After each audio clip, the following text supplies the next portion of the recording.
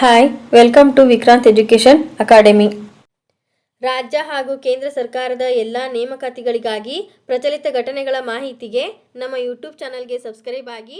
ಧನ್ಯವಾದಗಳು. ಆಪರೇಷನ್ ವಿಜಯ್ ಸ್ಮರಣಾರ್ಥ ಕಾರ್ಗಿಲ್ ಸೆಕ್ಟರ್ನ ಯಾವ ಪಾಯಿಂಟ್ಗೆ ಗನ್ ಹಿಲ್ ಎಂದು ಮರುನಾಮಕರಣ ಮಾಡಲಾಗಿದೆ? Point 5140, point 5100, point 4875, point 4700. ಉತ್ತರ ಪಾಯಿಂಟ್ 5140. ವಿವರಣೆ: 1999ರ ಕಾರ್ಗಿಲ್ ಯುದ್ಧದ ಸಮಯದಲ್ಲಿ ಆಪರೇಷನ್ ವಿಜಯ್ನಲ್ಲಿ ಭಾರತೀಯ ಸಶಸ್ತ್ರ ಪಡೆಗಳ ವಿಜಯದ ಸ್ಮರಣಾರ್ಥವಾಗಿ ಮತ್ತು ಗನ್ಗಳ ಪರಮತ್ಯಾಗಕ್ಕೆ ಗೌರವ ಸಲ್ಲಿಸಲು ಕಾರ್ಗಿಲ್ ಸೆಕ್ಟರ್ನ ಡ್ರಾಸ್ನಲ್ಲಿರುವ ಪಾಯಿಂಟ್ 5140 ಜುಲೈ 30, 2022ರಂದು ಗನ್ ಹಿಲ್ ಎಂದು ಮರುನಾಮಕರಣ ಮಾಡಲಾಯಿತು. ದ್ರಾಸ್ ಸೆಕ್ಟರ್ನ ಆಯಾಕಟ್ಟಿನ ಪ್ರಮುಖ ಪರ್ವತ ಶಿಖರವಾಗಿರುವ ಪಾಯಿಂಟ್ 5140 ವಶಪಡಿಸಿಕೊಳ್ಳುವ ಕಾರ್ಯವನ್ನು ಲೆಫ್ಟಿನೆಂಟ್ ಕರ್ನಲ್ ಯೋಗೇಶ್ ಕುಮಾರ್ ಜೋಶಿ ನೇತೃತ್ವದಲ್ಲಿ 13 JAK ರೈಫಲ್ಸ್ಗಳು ವಹಿಸಲಾಯಿತು. ಪಾಯಿಂಟ್ 5140 ಟೋಲೋಲಿಂಗ್ ರಿಡ್ಲೈನ್ಸ್ನಲ್ಲಿ ಅತ್ಯುನ್ನತ ಬಿಂದುವಾಗಿದೆ. ದ್ರಾಸ್ ಉಪವಲಯದಲ್ಲಿ ಇದು ಅತ್ಯಂತ ಅಸಾಧಾರಣ ಲಕ್ಷಣವಾಗಿದೆ.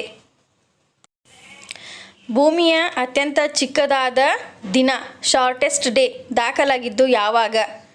July 27, July 28, July 29, July 30. ಉತ್ತರ ಜುಲೈ 29. ವಿವರಣೆ: ಜುಲೈ 29, 2022ರಂದು ಸಾಮಾನ್ಯ 24 ಗಂಟೆಗಳ ಸಮಯಕ್ಕಿಂತ 1.59 ಮಿಲಿ ಸೆಕೆಂಡುಗಳಷ್ಟು ಕಡಿಮೆ ಸಮಯದಲ್ಲಿ ತನ್ನ ಸಂಪೂರ್ಣ ತಿರುಗುವಿಕೆಯನ್ನು ಪೂರ್ಣಗೊಳಿಸುವ ಮೂಲಕ ಭೂಮಿಯು ತನ್ನ ಕಡಿಮೆ ದಿನದ ದಾಖಲೆಯನ್ನು ಮುರಿದಿದೆ. ಗಮನಾರ್ಹವಾಗಿ ಭೂಮಿಯು ಹಿಂದಿನ ವರ್ಷಗಳಿಗಿಂತ ವೇಗವಾಗಿ ತಿರುಗುತ್ತಿದೆ. ಭೂಮಿಯು 2020ರಲ್ಲಿ ಕಡಿಮೆ ತಿಂಗಳನ್ನು ದಾಖಲಿಸಿದೆ ಮತ್ತು ಆ ವರ್ಷದ ಜುಲೈ 19 ಸಾರ್ವಕಾಲಿಕ ಕಡಿಮೆ ದಿನವೆಂದು ದಾಖಲಿಸಲಾಗಿದೆ. ಜುಲೈ 19, 2020ರಂದು ಭೂಮಿಯು 24 ಗಂಟೆಗಳ ಪ್ರಮಾಣಿತ ದಿನಕ್ಕಿಂತ 1.47 ಮಿಲಿ ಸೆಕೆಂಡುಗಳಷ್ಟು ಕಡಿಮೆ ಸಮಯದಲ್ಲಿ ತನ್ನ ತಿರುಗುವಿಕೆಯನ್ನು ಪೂರ್ಣಗೊಳಿಸಿತು. ಕಾಮನ್ವೆಲ್ತ್ ಗೇಮ್ಸ್ 2022ರಲ್ಲಿ 49 kg ವೇಟ್ಲಿಫ್ಟಿಂಗ್ ಸ್ಪರ್ಧೆಯಲ್ಲಿ ಈ ಕೆಳಗಿನ ಯಾರು ಚಿನ್ನ ಗೆದ್ದಿದ್ದಾರೆ? ಬಿಂದ್ಯಾರಾಣಿ ದೇವಿ, ಮೀರಾಬಾಯಿ ಚಾನು, ಗುರುರಾಜ್ ಪೂಜಾರಿ, ಸಂಕೇತ್ ಮಹಾದೇವ್ ಸರ್ಗರ್. ಉತ್ತರ ಮೀರಾಬಾಯಿ ಚಾನು. ವಿವರಣೆ: ಜುಲೈ 30, 2022ರಂದು ಬರ್ಮಿಂಗ್ಹ್ಯಾಮ್ನಲ್ಲಿ ನಡೆಯುತ್ತಿರುವ ಕಾಮನ್ವೆಲ್ತ್ ಗೇಮ್ಸ್ 2022ರಲ್ಲಿ ಮಹಿಳೆಯರ 49 kg ವೇಟ್ ಲಿಫ್ಟಿಂಗ್ ಫೈನಲ್ನಲ್ಲಿ ಮೀರಾಬಾಯಿ ಚಾನು 201 kgಯ ಸಂಯೋಜಿತ ಲಿಫ್ಟ್ನೊಂದಿಗೆ ಭಾರತಕ್ಕೆ ಮೊದಲ ಚಿನ್ನವನ್ನು ಗೆದ್ದರು. ಬಿಂದ್ಯಾರಾಣಿ ದೇವಿ ಮಹಿಳೆಯರ 55 kg ವೇಟ್ ಲಿಫ್ಟಿಂಗ್ ಫೈನಲ್ನಲ್ಲಿ ಬೆಳ್ಳಿ ಪದಕ ಗೆದ್ದರು. 2022 ಅವರು ಸ್ನ್ಯಾಚ್ ಸುತ್ತಿನಲ್ಲಿ ಒಟ್ಟು 202 ಕಿಲೋಗ್ರಾಂಗಳು 86 ಕಿಲೋಗ್ರಾಂಗಳನ್ನು ಎತ್ತಿದರು ಮತ್ತು ಕ್ಲೀನ್ ಮತ್ತು ಜರ್ಕ್ ಸುತ್ತಿನಲ್ಲಿ 116 ಕಿಲೋಗ್ರಾಂಗಳಷ್ಟು CWG ದಾಖಲೆಯ ಲಿಫ್ಟನ್ನು ನೋಂದಾಯಿಸಿದರು. ನೈಜೀರಿಯಾದ ಚಿನ್ನದ ಪದಕ ವಿಜೇತ ಅದಿಜತ್ ಒಲಾರಿನೋಯ್ ಅವರಿಗಿಂತ ಕೇವಲ 1 ಕಿಲೋಗ್ರಾಂ ಕಡಿಮೆಯೊಂದಿಗೆ ಮುಗಿಸಿದರು. ವಿಶ್ವದ ಅತ್ಯಂತ ಬಾಳಿಕೆ ಬರುವ ಹೈಡ್ರೋಜನ್ ಇಂಧನ ಕೋಶ world's most durable hydrogen fuel cell ಅನ್ನು ಯಾವ ವಿಶ್ವವಿದ್ಯಾಲಯದ ವಿಜ್ಞಾನಿಗಳು ಅಭಿವೃದ್ಧಿಪಡಿಸಿದ್ದಾರೆ? ಹಾಂಗ್ಕಾಂಗ್ ವಿಜ್ಞಾನ ಮತ್ತು ತಂತ್ರಜ್ಞಾನ ವಿಶ್ವವಿದ್ಯಾಲಯ, ಟೊರಾಂಟೊ ವಿಶ್ವವಿದ್ಯಾಲಯ, ಅಯೋವಾ ವಿಶ್ವವಿದ್ಯಾಲಯ, ಶೆಫೀಲ್ಡ್ ವಿಶ್ವವಿದ್ಯಾಲಯ. ಉತ್ತರ ಹಾಂಗ್ಕಾಂಗ್ ವಿಜ್ಞಾನ ಮತ್ತು ತಂತ್ರಜ್ಞಾನ ವಿಶ್ವವಿದ್ಯಾಲಯ. ವಿವರಣೆ: ಹಾಂಗ್ಕಾಂಗ್ ವಿಜ್ಞಾನ ಮತ್ತು ತಂತ್ರಜ್ಞಾನ ವಿಶ್ವವಿದ್ಯಾಲಯದ HKUST Hong Kong university of science and technology ವಿಜ್ಞಾನಿಗಳು ವಿಶ್ವದ ಅತ್ಯಂತ ಬಾಳಿಕೆ ಬರುವ ಹೈಡ್ರೋಜನ್ ಇಂಧನ ಕೋಶವನ್ನು ಅಭಿವೃದ್ಧಿಪಡಿಸಿದ್ದಾರೆ. ಹೈಡ್ರೋಜನ್ ಇಂಧನವು ಹೆಚ್ಚು ವೆಚ್ಚ ಪರಿಣಾಮಕಾರಿಯಾಗಿದೆ ಮತ್ತು ಇಂಗಾಲ ತಟಸ್ಥ ಪ್ರಪಂಚವನ್ನು ಬೆನ್ನಟ್ಟುವಲ್ಲಿ ಹಸಿರು ಶಕ್ತಿಯನ್ನು ವ್ಯಾಪಕವಾಗಿ ಅನ್ವಯಿಸಲು ಅನುಕೂಲವಾಗಲಿದೆ. ಯಾವ ನಗರವು ಚಬಹರ್ ದಿನದ ಚಬಹರ್ ಡೇ ಕಾನ್ಫರೆನ್ಸ್ ಅನ್ನು ಆಯೋಜಿಸಿತು? ದೆಹಲಿ, ಮುಂಬೈ, ಬೆಂಗಳೂರು, ಹೈದರಾಬಾದ್. ಉತ್ತರ ಮುಂಬೈ. ವಿವರಣೆ: ಜುಲೈ 31, 2022ರಂದು ಕೇಂದ್ರ ಶಿಪ್ಪಿಂಗ್ ಸಚಿವ ಸರ್ಬಾನಂದ್ ಸೋನೋವಾಲ್ ಮುಂಬೈನಲ್ಲಿ ಚಬಹಾರ್ ಡೇ ಸಮ್ಮೇಳನವನ್ನು ಪ್ರಾರಂಭಿಸಿದರು. ಈ ಸಮಾರಂಭದಲ್ಲಿ Kazakhstan, Iran, Tajikistan, Kyrgyzstan, Uzbekistan, Turkmenistan ಮತ್ತು ಅಫ್ಘಾನಿಸ್ತಾನದ ಗಣ್ಯರು ಭಾಗವಹಿಸಿದ್ದರು. ಭಾರತದ ಇಂಡೋದಲ್ಲಿ ಚಬಹಾರ್ ಬಂದರು ಪ್ರಮುಖ ಪಾತ್ರ ವಹಿಸುತ್ತದೆ. ಹಿಂದೂ ಮಹಾಸಾಗರ ಪ್ರದೇಶದೊಂದಿಗೆ ಯುರೇಷಿಯಾದೊಂದಿಗೆ ಸಂಪರ್ಕ ಸಾಧಿಸಲು ಪೆಸಿಫಿಕ್ ದೃಷ್ಟಿ ಮೇ 2016ರಲ್ಲಿ ಭಾರತ ಮತ್ತು ಇರಾನ್ ದ್ವಿಪಕ್ಷೀಯ ಒಪ್ಪಂದಕ್ಕೆ ಸಹಿ ಹಾಕಿದ್ದವು. ಅಂಚಿತಾ ಶೆಯೂಲಿ ಕಾಮನ್ವೆಲ್ತ್ ಗೇಮ್ಸ್ 2022ರಲ್ಲಿ ಯಾವ ವೇಟ್ ಲಿಫ್ಟಿಂಗ್ ವಿಭಾಗದಲ್ಲಿ ಭಾರತದ 3ನೇ ಚಿನ್ನವನ್ನು ಗೆದ್ದರು? 67 kg, 60 kg, 73 kg, 86 kg. ಉತ್ತರ 73 kg. ವಿವರಣೆ: ಜುಲೈ 31, 2022ರಂದು ಬರ್ಮಿಂಗ್ಹ್ಯಾಮ್ನಲ್ಲಿ ನಡೆಯುತ್ತಿರುವ ಕಾಮನ್ವೆಲ್ತ್ ಗೇಮ್ಸ್ 3ನೇ ದಿನದಂದು ಪುರುಷರ 73 kg ಸ್ಪರ್ಧೆಯಲ್ಲಿ ಭಾರತದ ವೇಟ್ ಲಿಫ್ಟರ್ ಅಂಚಿತಾ ಶೆಯೂಲಿ ಒಟ್ಟು 313 kg, 143 kg ಪ್ಲಸ್ 170 kg ಎತ್ತುವ ನಂತರ ಭಾರತದ 3ನೇ ಚಿನ್ನವನ್ನು ಗೆದ್ದರು. ಜೆರೆಮಿ ಲಾಲ್ರಿನ್ಡುಂಗಾ 67 kg ಪುರುಷರ ವೇಟ್ ಲಿಫ್ಟಿಂಗ್ನಲ್ಲಿ ಚಿನ್ನ ಗೆದ್ದಿದ್ದಾರೆ. ಯಾವ ಟೆಲಿಕಾಂ ಕಂಪನಿಯು ಪ್ರಪಂಚದ ಅತ್ಯಂತ ಸುಧಾರಿತ 5G network world's most advanced 5G network ಅನ್ನು ಭಾರತದಾದ್ಯಂತ ಹೊರತರಲು ಸಿದ್ಧವಾಗಿದೆ? ಏರ್ಟೆಲ್, ವೋಡಾಫೋನ್, ಅದಾನಿ, ರಿಲಯನ್ಸ್ ಜಿಯೋ. ಸರಿಯಾದ ಉತ್ತರ ರಿಲಯನ್ಸ್ ಜಿಯೋ. ಭಾರತದ ಅತಿದೊಡ್ಡ ಡಿಜಿಟಲ್ ಸೇವಾ ಪೂರೈಕೆದಾರ ರಿಲಯನ್ಸ್ ಜಿಯೋ. ಡಿಜಿಟಲ್ ಕನೆಕ್ಟಿವಿಟಿ ಮತ್ತು ಡಿಜಿಟಲ್ ಪರಿಹಾರಗಳಲ್ಲಿ ಭಾರತವನ್ನು ಜಾಗತಿಕ ನಾಯಕನನ್ನಾಗಿ ಮಾಡಲು ವಿಶ್ವದ ಅತ್ಯಾಧುನಿಕ 5G ನೆಟ್ವರ್ಕ್ ಅನ್ನು ಹೊರತರಲು ಸಿದ್ಧವಾಗಿದೆ. ರಿಲಯನ್ಸ್ ಜಿಯೋ ಇನ್ಫೋಕಾಮ್ ಲಿಮಿಟೆಡ್ ದೂರಸಂಪರ್ಕ ಇಲಾಖೆಯು ನಡೆಸಿದ 5G ಹರಾಜಿನಲ್ಲಿ 700 megahertz, 800 megahertz, 1800 megahertz, 3300 megahertz ಮತ್ತು 26 ಗೀಗಾಹರ್ಟ್ಸ್ ಬ್ಯಾಂಡ್ಗಳಲ್ಲಿ ಸ್ಪೆಕ್ಟ್ರಮ್ ಅನ್ನು ಪಡೆದುಕೊಂಡಿದೆ. ಸ್ವಾಧೀನತೆಯು ಜಿಯೋಗೆ ವಿಶ್ವದ ಅತ್ಯಾಧುನಿಕ 5G ನೆಟ್ವರ್ಕ್ ಅನ್ನು ನಿರ್ಮಿಸಲು ಮತ್ತು ವೈರ್ಲೆಸ್ ಬ್ರಾಂಡೆಡ್ ಸಂಪರ್ಕದಲ್ಲಿ ಭಾರತದ ಜಾಗತಿಕ ನಾಯಕತ್ವವನ್ನು ಬಲಪಡಿಸಲು ಅನುವು ಮಾಡಿಕೊಡುತ್ತದೆ. ಮುಂದಿನ ಪ್ರಶ್ನೆ: ಭಾರತವು ಯಾವ ತಿಂಗಳೊಳಗೆ ದೇಶಾದ್ಯಂತ 5G ಸೇವೆಗಳನ್ನು ಪ್ರಾರಂಭಿಸುವ ಸಾಧ್ಯತೆ ಇದೆ? ಆಗಸ್ಟ್ 2022, ಅಕ್ಟೋಬರ್ 2022, ಡಿಸೆಂಬರ್ 2022, ಜನವರಿ 2022. ಸರಿಯಾದ ಉತ್ತರ ಅಕ್ಟೋಬರ್ 2022. 5ನೇ ತಲೆಮಾರಿನ 5G ಟೆಲಿಕಾಂ ಸೇವೆಗಳು ಅಕ್ಟೋಬರ್ 2022ರ ವೇಳೆಗೆ ಭಾರತದಲ್ಲಿ ಪ್ರಾರಂಭವಾಗುವ ಸಾಧ್ಯತೆ ಇದೆ. ಕೇಂದ್ರ ಟೆಲಿಕಾಂ ಸಚಿವ ಅಶ್ವಿನಿ ವೈಷ್ಣವ್ ಅವರು ಆಗಸ್ಟ್ 1, 2022ರಂದು 5G ಸ್ಪೆಕ್ಟ್ರಮ್ ಹರಾಜನ್ನು ಯಶಸ್ವಿಯಾಗಿ ಪೂರ್ಣಗೊಳಿಸುವುದಾಗಿ ಘೋಷಿಸಿದ ನಂತರ 1.50 ಲಕ್ಷಕ್ಕೂ ಹೆಚ್ಚು ಮೌಲ್ಯದ ಬೀಡ್ಗಳನ್ನು ಗೆದ್ದಿದ್ದಾರೆ.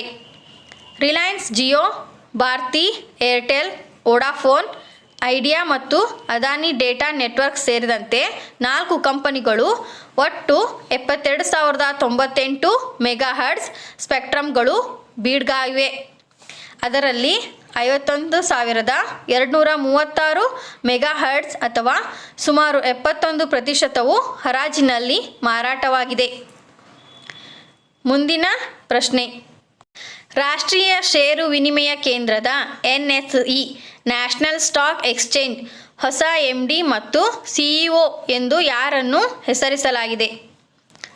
ಆಶಿಷ್ ಚೌಹಾಣ್, KV ಕಾಮತ್, ಉರ್ಜಿತ್ ಪಟೇಲ್, ಅರುಂಧತಿ ಭಟ್ಟಾಚಾರ್ಯ. ಸರಿಯಾದ ಉತ್ತರ ಆಶೀಶ್ ಚೌಹಾಣ್. ಮಾರುಕಟ್ಟೆ ನಿಯಂತ್ರಕ ಸೆಬಿ ಆಶೀಶ್ ಚೌಹಾಣ್ ಅವರನ್ನು ರಾಷ್ಟ್ರೀಯ ಷೇರು ವಿನಿಮಯ ಕೇಂದ್ರದ NSE ಹೊಸ MD ಮತ್ತು CEO ಎಂದು ಹೆಸರಿಸಿದೆ. ಆಶೀಶ್ ಚೌಹಾಣ್ ಪ್ರಸ್ತುತ ಬಾಂಬೆ ಸ್ಟಾಕ್ ಎಕ್ಸ್ಚೇಂಜ್ BSEನ MD ಮತ್ತು CEO ಆಗಿದ್ದಾರೆ. 2009ರಲ್ಲಿ ಸ್ಥಗಿತದ ಅಂಚಿನಲ್ಲಿದ್ದ ವಿನಿಮಯವನ್ನು ಪುನರುಜ್ಜೀವನಗೊಳಿಸಲು ಅವರು ಹೆಸರುವಾಸಿಯಾಗಿದ್ದಾರೆ. BSE ಮತ್ತು ಅದರ ಅಂಗಸಂಸ್ಥೆ CDSL ಅವರ ನಾಯಕತ್ವದಲ್ಲಿ ಯಶಸ್ವಿ IPOಗಳನ್ನು ಪ್ರಾರಂಭಿಸಿತು. ಮುಂದಿನ ಪ್ರಶ್ನೆ. ದಿ ಕ್ರಾಫ್ಟ್ಸ್ ವಿಲೇಜ್ ಸ್ಕೀಮ್ ಯಾವ ಕೇಂದ್ರ ಸಚಿವಾಲಯದ ಉಪಕ್ರಮವಾಗಿದೆ? ಕೇಂದ್ರ ಸಂಸ್ಕೃತಿ ಸಚಿವಾಲಯ, ಕೇಂದ್ರ ಜವಳಿ ಸಚಿವಾಲಯ, ಕೇಂದ್ರ ಗೃಹ ಸಚಿವಾಲಯ, MSME ಕೇಂದ್ರ ಸಚಿವಾಲಯ. ಸರಿಯಾದ ಉತ್ತರ ಕೇಂದ್ರ ಜವಳಿ ಸಚಿವಾಲಯ. ಕ್ಲಸ್ಟರ್ಗಳಲ್ಲಿರುವ ಕುಶಲಕರ್ಮಿಗಳಿಗೆ ಸುಸ್ಥಿರ ಜೀವನೋಪಾಯದ ಆಯ್ಕೆಯಾಗಿ ಕರಕುಶಲ ವಸ್ತುಗಳನ್ನು ಅಭಿವೃದ್ಧಿಪಡಿಸುವ ಗುರಿಯನ್ನು ದಿ ಕ್ರಾಫ್ಟ್ಸ್ ವಿಲೇಜ್ ಸ್ಕೀಮ್ ಹೊಂದಿದೆ.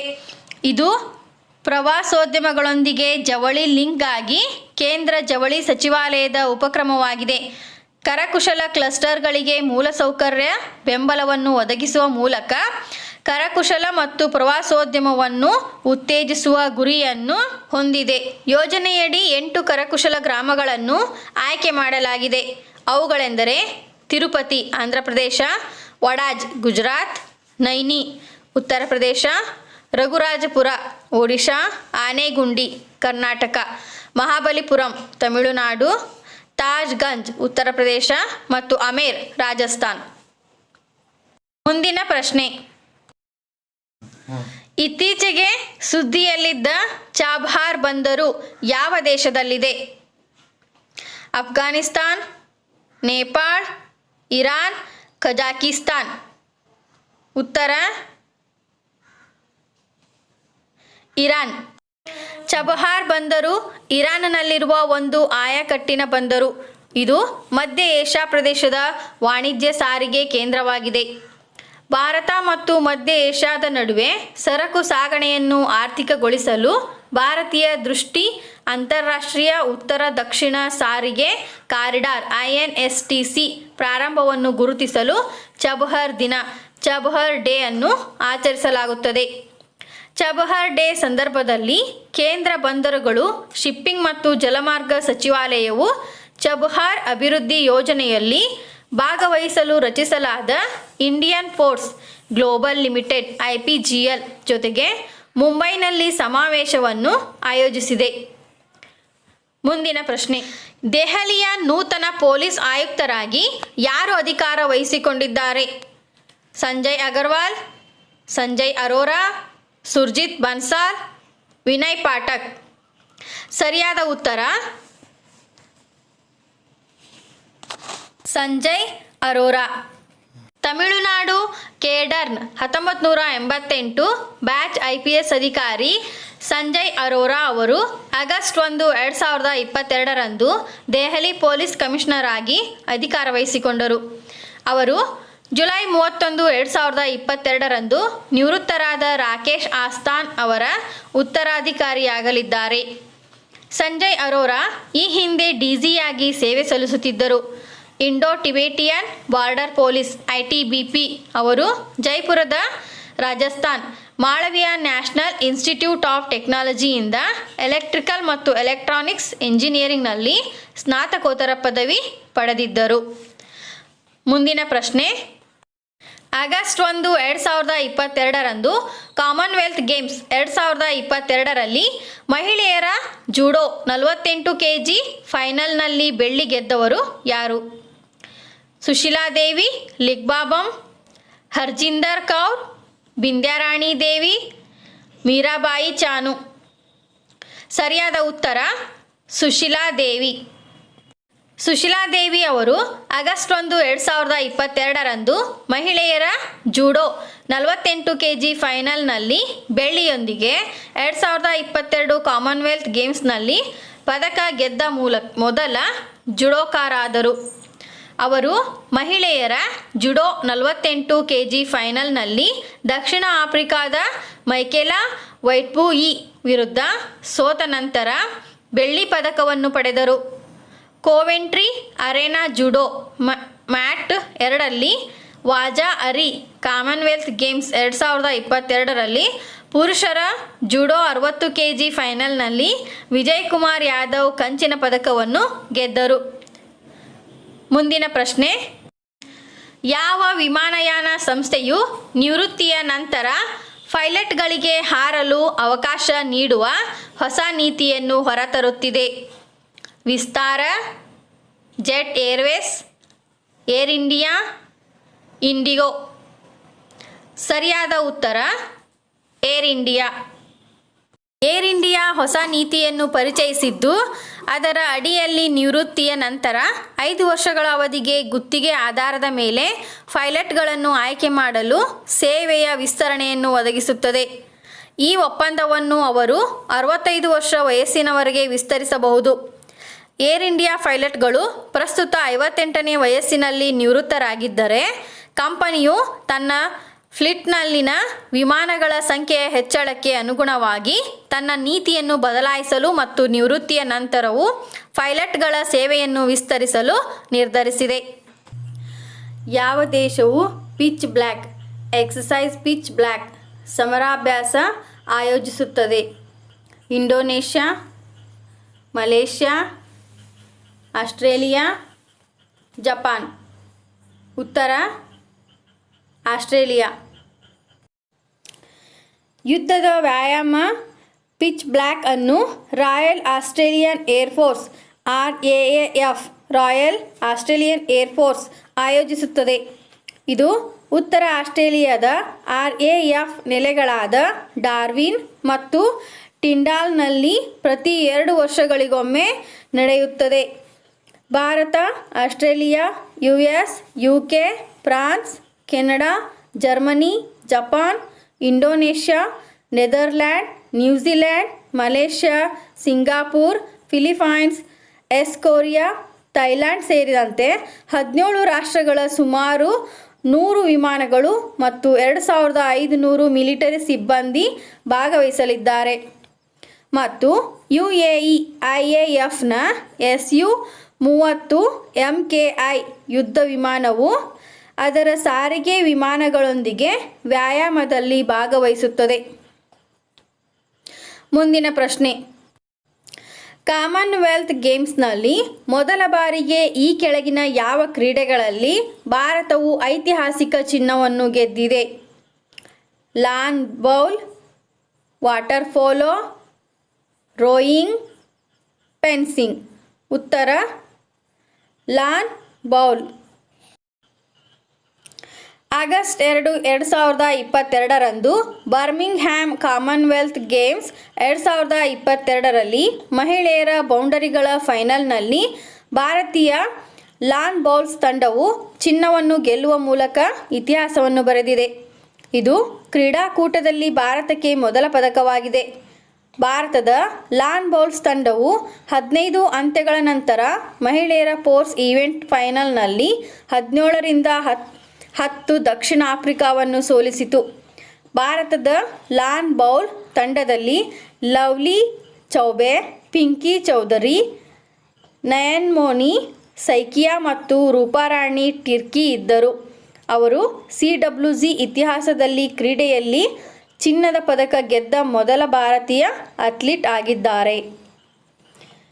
ಮುಂದಿನ ಪ್ರಶ್ನೆ, ಭಾರತೀಯ ಬ್ಯಾಡ್ಮಿಂಟನ್ ಮಿಶ್ರ ತಂಡವು ಕಾಮನ್ವೆಲ್ತ್ ಗೇಮ್ಸ್ 2022ರಲ್ಲಿ ಯಾವ ಪದಕವನ್ನು ಗೆದ್ದಿದೆ? ಚಿನ್ನ, ಕಂಚು, ಬೆಳ್ಳಿ, ಮೇಲಿನ ಯಾವುದೂ ಅಲ್ಲ. ಸರಿಯಾದ ಉತ್ತರ ಬೆಳ್ಳಿ. ಆಗಸ್ಟ್ 2, 2022ರಂದು ಮಲೇಷ್ಯಾ ವಿರುದ್ಧ ಫೈನಲ್ನಲ್ಲಿ 1-3 ಸೋತ ನಂತರ ಭಾರತ ಬ್ಯಾಡ್ಮಿಂಟನ್ ಮಿಶ್ರ ತಂಡ ಸ್ಪರ್ಧೆಯಲ್ಲಿ ಬೆಳ್ಳಿ ಗೆದ್ದಿತು. ಅಂತಿಮ ಸ್ಪರ್ಧೆಯಲ್ಲಿ ಪಂದ್ಯವನ್ನು ಗೆದ್ದ ಏಕೈಕ ಭಾರತೀಯ ಆಟಗಾರ್ತಿ PV ಸಿಂಧು. ಭಾರತದ ಜೋಡಿಗಳಾದ ಚಿರಾಗ್ ಶೆಟ್ಟಿ ಮತ್ತು ಸಾತ್ವಿಕ್ ಸಾಯಿರಾಜ್ ರಾಕಿ ರೆಡ್ಡಿ, ಕಿಡಂಬಿ ಶ್ರೀಕಾಂತ್ ಮತ್ತು ಟ್ರಿಸಾ ಜಾಲಿ ಮತ್ತು ಗಾಯತ್ರಿ ಗೋಪಿಚಾಂದ್ ಜೋಡಿ ಕೂಡ ತಮ್ಮ ಮಲೇಷ್ಯಾ ಎದುರಾಳಿಗಳ ವಿರುದ್ಧ ಕಠಿಣ ಹೊರತಾಗಿಯೂ ಸೋತರು. ಪಿ.ವಿ. ಸಿಂಧು ಎರಡನೇ ಪಂದ್ಯದಲ್ಲಿ ಮಲೇಷ್ಯಾದ ಜಿನ್ವಿ ಗೊಹ್ ಅವರನ್ನು ಎದುರಿಸಿ 22-20, 21-17 ಗೇಮ್ಗಳಿಂದ ಗೆದ್ದರು. ಮುಂದಿನ ಪ್ರಶ್ನೆ, ಕಾಮನ್ವೆಲ್ತ್ ಗೇಮ್ಸ್ 2022ರಲ್ಲಿ ಭಾರತದ ವಿಕಾಸ ಠಾಕೂರ್ ಯಾವ ಕ್ರೀಡೆಯಲ್ಲಿ ಬೆಳ್ಳಿ ಪದಕ ಗೆದ್ದರು? ಬಾಕ್ಸಿಂಗ್, ಜೂಡೋ, ಭಾರ ಎತ್ತುವಿಕೆ, ಬ್ಯಾಡ್ಮಿಂಟನ್. ಸರಿಯಾದ ಉತ್ತರ ವೇಟ್ ಲಿಫ್ಟಿಂಗ್. ಭಾರತದ ವೇಟ್ ಲಿಫ್ಟರ್ ವಿಕಾಸ್ ಠಾಕೂರ್ ಅವರು ಆಗಸ್ಟ್ 2, 2022ರಂದು ಬರ್ಮಿಂಗ್ಹ್ಯಾಮ್ನಲ್ಲಿ ನಡೆಯುತ್ತಿರುವ ಕಾಮನ್ವೆಲ್ತ್ ಗೇಮ್ಸ್ 2022ರಲ್ಲಿ ಪುರುಷರ 96 kg ಫೈನಲ್ನಲ್ಲಿ 346 kg ಒಟ್ಟು ಲಿಫ್ಟ್ನೊಂದಿಗೆ ಬೆಳ್ಳಿ ಪದಕವನ್ನು ಗೆದ್ದರು. ಅವರು ಸ್ನ್ಯಾಚ್ ವಿಭಾಗದಲ್ಲಿ ಒಟ್ಟು 155 kg ಮತ್ತು ಕ್ಲೀನ್ ಮತ್ತು 191 kgಯಲ್ಲಿ ಎತ್ತಿದರು. ಮುಂದಿನ ಪ್ರಶ್ನೆ, ನ್ಯಾನ್ಸಿ ಪೆಲೋಸಿ ಯಾರು? ಶ್ವೇತಭವನದ ಮುಖ್ಯಸ್ಥರು, US House of Representatives speaker, ರಾಜ್ಯ ಕಾರ್ಯದರ್ಶಿ, ರಕ್ಷಣಾ ಕಾರ್ಯದರ್ಶಿ. ಸರಿಯಾದ ಉತ್ತರ US House of Representatives speaker. Nancy Pelosi ಅವರು 2019ರಿಂದ US ಹೌಸ್ ಆಫ್ ರೆಪ್ರೆಸೆಂಟೇಟಿವ್ಸ್ 52ನೇ ಸ್ಪೀಕರ್ ಆಗಿ ಕಾರ್ಯನಿರ್ವಹಿಸುತ್ತಿರುವ ಅಮೆರಿಕನ್ ರಾಜಕಾರಣಿಯಾಗಿದ್ದಾರೆ. ಅವರು ಈ ಹಿಂದೆ 2007ರಿಂದ 2011ರವರೆಗೆ ಅದೇ ಸ್ಥಾನದಲ್ಲಿ ಸೇವೆ ಸಲ್ಲಿಸಿದ್ದರು. ಅವರು 1987ರಿಂದ ಕ್ಯಾಲಿಫೋರ್ನಿಯಾದಿಂದ US ಪ್ರತಿನಿಧಿಯಾಗಿ ಸೇವೆ ಸಲ್ಲಿಸಿದ್ದಾರೆ. ಅವರು US House of Representatives speaker ಆಗಿ ಕಾರ್ಯನಿರ್ವಹಿಸಿದ ಏಕೈಕ ಮಹಿಳೆ. ಅವರು 1987ರಿಂದ ಕ್ಯಾಲಿಫೋರ್ನಿಯಾದಿಂದ US ಪ್ರತಿನಿಧಿಯಾಗಿ ಸೇವೆ ಸಲ್ಲಿಸಿದ್ದಾರೆ. ಮುಂದಿನ ಪ್ರಶ್ನೆ, ಯಾವ ರಾಷ್ಟ್ರದಲ್ಲಿ ನಿಗೂಢ ಸಿಂಕ್ಹೋಲ್ ಮೈಸ್ಟೀರಿಯಸ್ ಸಿಂಕ್ಹೋಲ್ ಪತ್ತೆಯಾಗಿದೆ? Chile, Iceland, Greenland, Mexico. ಸರಿಯಾದ ಉತ್ತರ ಚಿಲಿ. ಚಿಲಿಯ ಅಧಿಕಾರಿಗಳು ಆಗಸ್ಟ್ 1, 2022ರಂದು ಟೆನ್ನಿಸ್ ಕೋರ್ಟಿಂಗ್ ದೊಡ್ಡದಾದ ನಿಗೂಢ ಸಿಂಕ್ಹೋಲ್ ಬತ್ತು ಕುಳಿಯನ್ನು ತನಿಖೆ ಮಾಡಲು ಪ್ರಾರಂಭಿಸಿದರು. ರಂಧ್ರವು ಸುಮಾರು 25 ಮೀಟರ್ ವ್ಯಾಸವನ್ನು ಹೊಂದಿದೆ ಮತ್ತು ಇದು ವಾರಾಂತ್ಯದಲ್ಲಿ ದೇಶದ ಉತ್ತರದಲ್ಲಿರುವ ಗಣಿಗಾರಿಕೆ ಪ್ರದೇಶದಲ್ಲಿ ಕಾಣಿಸಿಕೊಂಡಿತು. ಅಟಕಾಮಾ ಮರುಭೂಮಿಯ ತಾಮ್ರದ ಗಣಿ ಬಳಿ ಸಿಂಕ್ಹೋಲ್ ಕಾಣಿಸಿಕೊಂಡಿದೆ. ಮುಂದಿನ ಪ್ರಶ್ನೆ, ಇಸ್ರೋ ಉಪಗ್ರಹ ಉಡಾವಣೆಗಳ ಮೂಲಕ ವಿದೇಶಿ ವಿನಿಮಯದಲ್ಲಿ ಎಷ್ಟು ಗಳಿಸಿದೆ? $250 ಮಿಲಿಯನ್, $279 ಮಿಲಿಯನ್, $300 ಮಿಲಿಯನ್, $50 ಮಿಲಿಯನ್. ಸರಿಯಾದ ಉತ್ತರ $279 ಮಿಲಿಯನ್. ಭಾರತೀಯ ಬಾಹ್ಯಾಕಾಶ ಸಂಶೋಧನಾ ಸಂಸ್ಥೆ ಇಸ್ರೋ ತನ್ನ ವಾಣಿಜ್ಯ ಶಸ್ತ್ರಾಸ್ತ್ರಗಳ ಮೂಲಕ ಜಾಗತಿಕ ಗ್ರಾಹಕರಿಗಾಗಿ ಉಪಗ್ರಹಗಳನ್ನು ಉಡಾವಣೆ ಮಾಡುವ ಮೂಲಕ $279 ಮಿಲಿಯನ್ ವಿದೇಶಿ ವಿನಿಮಯವನ್ನು ಗಳಿಸಿದೆ ಎಂದು ಕೇಂದ್ರ ಸಚಿವ ಜಿತೇಂದ್ರ ಸಿಂಗ್ ಬುಧವಾರ ಲೋಕಸಭೆಗೆ ತಿಳಿಸಿದರು. ಪ್ರಶ್ನೆಯೊಂದಕ್ಕೆ ಲಿಖಿತ ಉತ್ತರದಲ್ಲಿ ಸಿಂಗ್, ಇಸ್ರೋ ತನ್ನ ವಾಣಿಜ್ಯ ಶಸ್ತ್ರಾಸ್ತ್ರಗಳ ಸಹಯೋಗದೊಂದಿಗೆ 34 ದೇಶಗಳ 345 ವಿದೇಶಿ ಉಪಗ್ರಹಗಳನ್ನು ಪೋಲಾರ್ ಸ್ಯಾಟಲೈಟ್ ಲಾಂಚ್ ವೆಹಿಕಲ್ PSLVನಲ್ಲಿ ಯಶಸ್ವಿಯಾಗಿ ಉಡಾವಣೆ ಮಾಡಿದೆ ಎಂದು ಹೇಳಿದರು. ಮುಂದಿನ ಪ್ರಶ್ನೆ, ಭಾರತದಲ್ಲಿ ಮಂಕಿಪಾಕ್ಸ್ ಪರಿಸ್ಥಿತಿಯನ್ನು ಮೇಲ್ವಿಚಾರಣೆ ಮಾಡಲು ಕೇಂದ್ರವು ಇತ್ತೀಚೆಗೆ ಸ್ಥಾಪಿಸಿದ ಕಾರ್ಯಪಡೆ ಟಾಸ್ಕ್ ಫೋರ್ಸ್ನ ಮುಖ್ಯಸ್ಥ ಯಾರು? ಅಮಿತಾಬ್ ಕಾಂತ್, VK ಪಾಲ್, ಮನ್ಸುಖ್ ಮಾಂಡವಿಯಾ, ಭಾರತಿ ಪವಾರ್. ಸರಿಯಾದ ಉತ್ತರ VK ಪಾಲ್. ಭಾರತದಲ್ಲಿ ಮಂಕಿಪಾಕ್ಸ್ ಪರಿಸ್ಥಿತಿಯನ್ನು ಮೇಲ್ವಿಚಾರಣೆ ಮಾಡಲು ಕೇಂದ್ರ ಸರ್ಕಾರವು ಕಾರ್ಯಪಡೆಯನ್ನು ಸ್ಥಾಪಿಸಿದೆ. ಇದರ ನೇತೃತ್ವವನ್ನು NITI ಆಯೋಗದ ಸದಸ್ಯ ಆರೋಗ್ಯ ಡಾಕ್ಟರ್ VK ಪಾಲ್ ವಹಿಸಿದ್ದಾರೆ. ಕಾರ್ಯಪಡೆಯು ಕಾರ್ಯದರ್ಶಿ, ಕೇಂದ್ರ ಆರೋಗ್ಯ ಸಚಿವಾಲಯ, ಫಾರ್ಮಾ ಮತ್ತು ಬಯೋಟೆಕ್ ಅನ್ನು ಸಹ ಒಳಗೊಂಡಿದೆ. ಇದು ರೋಗ ನಿರ್ಣಯ ಸೌಲಭ್ಯಗಳನ್ನು ವಿಸ್ತರಿಸಲು ಮತ್ತು ರೋಗದ ವಿರುದ್ಧ ಲಸಿಕೆಯನ್ನು ತನಿಖೆ ಮಾಡಲು ಸರ್ಕಾರಕ್ಕೆ ಸಲಹೆ ನೀಡುತ್ತದೆ. ಭಾರತದಲ್ಲಿ ಇದುವರೆಗೆ 4 ಮಂಕಿಪಾಕ್ಸ್ ಪ್ರಕರಣಗಳು, ಕೇರಳದಲ್ಲಿ 3 ಮತ್ತು ದೆಹಲಿಯಲ್ಲಿ 1 ಪ್ರಕರಣಗಳು ವರದಿಯಾಗಿದೆ. ಭಾರತದ 49ನೇ ಮುಖ್ಯ ನ್ಯಾಯಮೂರ್ತಿ ಚೀಫ್ ಜಸ್ಟಿಸ್ ಆಫ್ ಇಂಡಿಯಾ 1 ಯಾರು? ನ್ಯಾಯಮೂರ್ತಿ SK ಕೌಲ್, ನ್ಯಾಯಮೂರ್ತಿ S ಅಬ್ದುಲ್ ನಜೀರ್, ನ್ಯಾಯಮೂರ್ತಿ DY ಚಂದ್ರಚೂಡ್, ನ್ಯಾಯಮೂರ್ತಿ UU ಲಲಿತ್. ಸರಿಯಾದ ಉತ್ತರ ನ್ಯಾಯಮೂರ್ತಿ UU ಲಲಿತ್. ನ್ಯಾಯಮೂರ್ತಿ ಉದಯ್ U ಲಲಿತ್ ಅವರು ಭಾರತದ 49ನೇ ಮುಖ್ಯ ನ್ಯಾಯಮೂರ್ತಿ ಆಗಲಿದ್ದಾರೆ. ಭಾರತದ ಮುಖ್ಯ ನ್ಯಾಯಮೂರ್ತಿ NV ರಮಣ್ ಅವರು ನ್ಯಾಯಮೂರ್ತಿ UU ಲಲಿತ್ ಅವರ ಹೆಸರನ್ನು ಆಗಸ್ಟ್ 4, 2022ರಂದು ಶಿಫಾರಸು ಮಾಡಿದರು. ಭಾರತದ ಪ್ರಸ್ತುತ ಮುಖ್ಯ ನ್ಯಾಯಮೂರ್ತಿ NV ರಮಣ್ ಅವರು ಆಗಸ್ಟ್ 27, 2022ರಂದು ನಿವೃತ್ತರಾಗಲಿದ್ದಾರೆ. ನ್ಯಾಯಮೂರ್ತಿ UU ಲಲಿತ್ ಅವರು ಭಾರತದ ಹೊಸ ಮುಖ್ಯ ನ್ಯಾಯಮೂರ್ತಿ ಆಗಲಿದ್ದಾರೆ. 3 ತಿಂಗಳಿಗಿಂತ ಕಡಿಮೆ ಅವಧಿಗೆ ಅವರು ನವೆಂಬರ್ 8, 2022ರಂದು ನಿವೃತ್ತರಾಗಲಿದ್ದಾರೆ. ಮುಂದಿನ ಪ್ರಶ್ನೆ.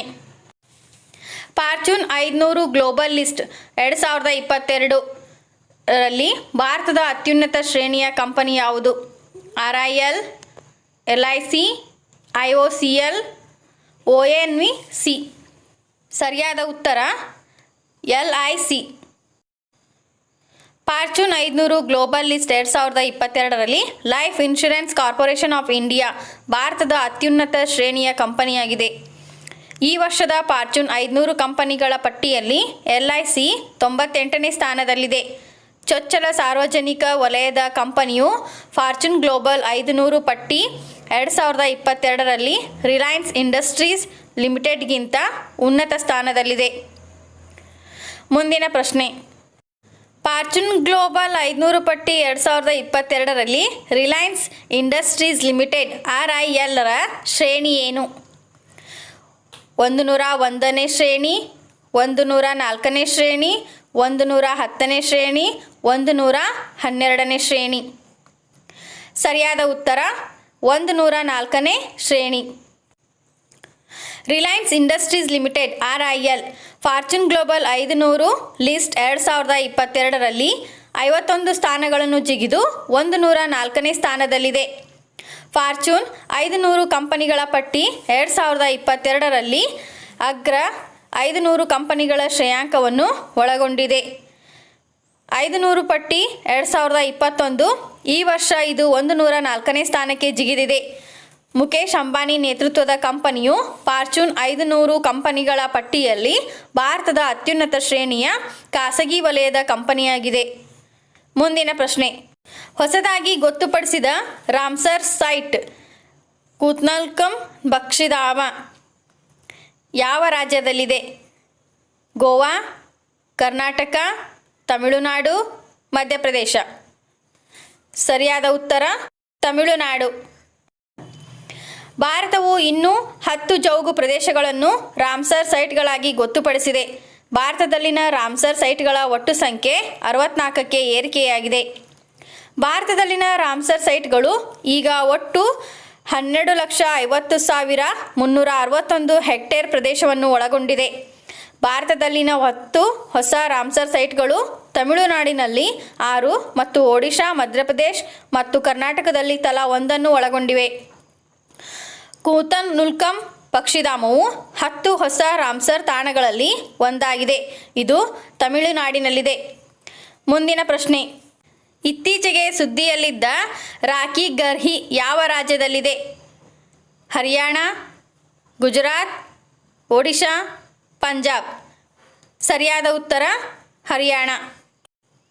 ಹರಿಯಾಣದ ರಾಕಿ ಗರ್ಹಿಯಲ್ಲಿರುವ ಪ್ರಾಚೀನ ದಿಬ್ಬಗಳು ಸೇರಿದಂತೆ 20 ಪಾರಂಪರಿಕ ತಾಣಗಳನ್ನು ರಾಷ್ಟ್ರೀಯ ಪ್ರಾಮುಖ್ಯತೆ ನ್ಯಾಷನಲ್ ಇಂಪಾರ್ಟೆನ್ಸ್ ಟ್ಯಾಗ್ಗಾಗಿ ಗುರುತಿಸಲಾಗಿದೆ.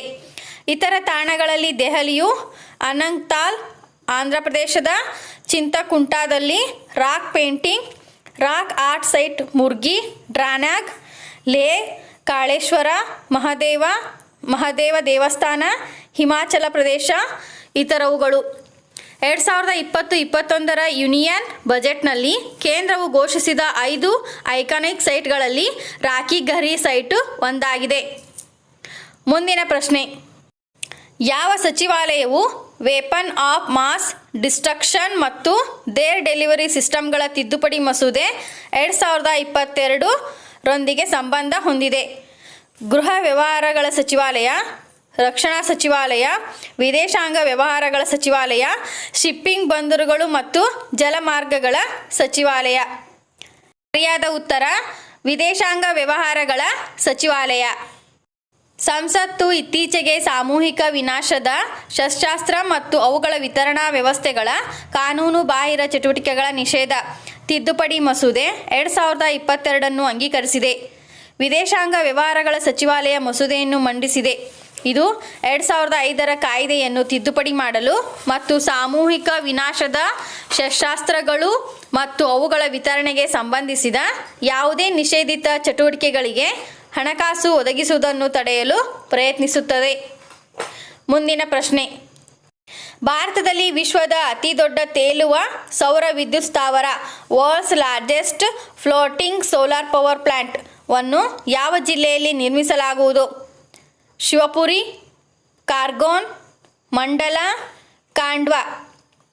ಸರಿಯಾದ ಉತ್ತರ ಖಾಂಡ್ವಾ. ವಿಶ್ವದ ಅತಿದೊಡ್ಡ ತೇಲುವ ಸೌರ ವಿದ್ಯುತ್ ಸ್ಥಾವರವನ್ನು ಮಧ್ಯಪ್ರದೇಶದ ಖಾಂಡ್ವಾದಲ್ಲಿ ನರ್ಮದಾ ನದಿಯ ಓಂಕಾರೇಶ್ವರ ಅಣೆಕಟ್ಟಿನ ಮೇಲೆ ಅಂದಾಜು 3,000 ಕೋಟಿ ರೂಪಾಯಿ ವೆಚ್ಚದಲ್ಲಿ ನಿರ್ಮಿಸಲಾಗುವುದು. ತೇಲುವ ವಿದ್ಯುತ್ ಸ್ಥಾವರವು 2022-23 ವೇಳೆಗೆ ಸುಮಾರು 600 ಮೆಗಾವ್ಯಾಟ್ ವಿದ್ಯುತ್ ಉತ್ಪಾದಿಸುವ ನಿರೀಕ್ಷೆ ಇದೆ. ವಿದ್ಯುತ್ ಉತ್ಪಾದನಾ ಸಾಮರ್ಥ್ಯವನ್ನು ಹೆಚ್ಚಿಸಲು ಮತ್ತು ಮಧ್ಯಪ್ರದೇಶದಲ್ಲಿ ವಿದ್ಯುತ್ ಸಮಸ್ಯೆಗಳನ್ನು ಪರಿಹರಿಸಲು ಇದನ್ನು ನಿರ್ಮಿಸಲಾಗುತ್ತಿದೆ. ಹೊಸ ತೇಲುವ ಸೌರ ಸ್ಥಾವರವು ಖಾಂಡ್ವಾವನ್ನು ಮಧ್ಯಪ್ರದೇಶದ ಎಲ್ಲ 3 ವಿಷಯಗಳನ್ನು ಹೊಂದಿರುವ ಏಕೈಕ ಜಿಲ್ಲೆಯಾಗಿದೆ: ಉಷ್ಣ ವಿದ್ಯುತ್ ಕೇಂದ್ರ, ಜಲವಿದ್ಯುತ್ ಮತ್ತು ಸೌರ ವಿದ್ಯುತ್.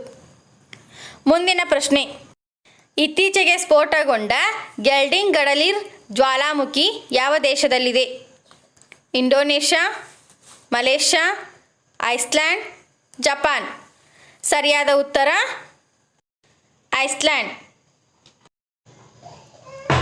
ಗೆಲ್ಡಿಂಗ್ ಗಡಲಿರ್ ಜ್ವಾಲಾಮುಖಿಯು ಐಸ್ಲ್ಯಾಂಡ್ ರಾಜಧಾನಿ ರೇಕ್ಜಾವಿಕ್ ಬಳಿಯ ಜನವಸತಿ ಇಲ್ಲದ ಕಣಿವೆಯಲ್ಲಿ ಆಗಸ್ಟ್ 3, 2022 ನಿರಂತರ ಭೂಕಂಪನ ಚಟುವಟಿಕೆಯ ನಂತರ ಸ್ಫೋಟಿಸಿತು. ಜ್ವಾಲಾಮುಖಿ ಸ್ಫೋಟವು ಹಲವಾರು ದಿನಗಳ ತೀವ್ರ ಭೂಕಂಪನ ಚಟುವಟಿಕೆಯ ನಂತರ ಜನವಸತಿ ಇಲ್ಲದ ಕಣಿವೆಯಲ್ಲಿನ ಬಿರುಕುಗಳಿಂದ ಕೆಂಪು ಬಿಸಿ ಲಾವಾ ಮತ್ತು ಹೊಗೆಯ ಗರಿಗಳನ್ನು ಹೊರಹಾಕಲು ಕಾರಣವಾಯಿತು. ಕಾಮನ್ವೆಲ್ತ್ ಗೇಮ್ಸ್ 2022 ಭಾರತಕ್ಕೆ ಚಿನ್ನದ ಪದಕವನ್ನು ಗೆದ್ದ ಅಂಚಿತಾ ಶೇಯುಲಿ ಅವರು ಯಾವ ಕ್ರೀಡೆಯೊಂದಿಗೆ ಸಂಬಂಧ ಹೊಂದಿದ್ದಾರೆ? ಭಾರ ಎತ್ತುವುದು, ಬಾಕ್ಸಿಂಗ್, ಟೇಬಲ್ ಟೆನ್ನಿಸ್, ಲಾನ್ ಬೌಲ್ಗಳು. ಸರಿಯಾದ ಉತ್ತರ ಭಾರ ಎತ್ತುವುದು, ವೇಟ್ ಲಿಫ್ಟಿಂಗ್. 20 ವರ್ಷದ ಅಂಚಿತಾ ಶೇಯುಲಿ 2022 ಕಾಮನ್ವೆಲ್ತ್ ಗೇಮ್ಸ್ನಲ್ಲಿ 73 kg ವಿಭಾಗದ ವೇಟ್ ಲಿಫ್ಟಿಂಗ್ನಲ್ಲಿ ಭಾರತಕ್ಕೆ ಚಿನ್ನದ ಪದಕವನ್ನು ಗೆದ್ದುಕೊಂಡರು.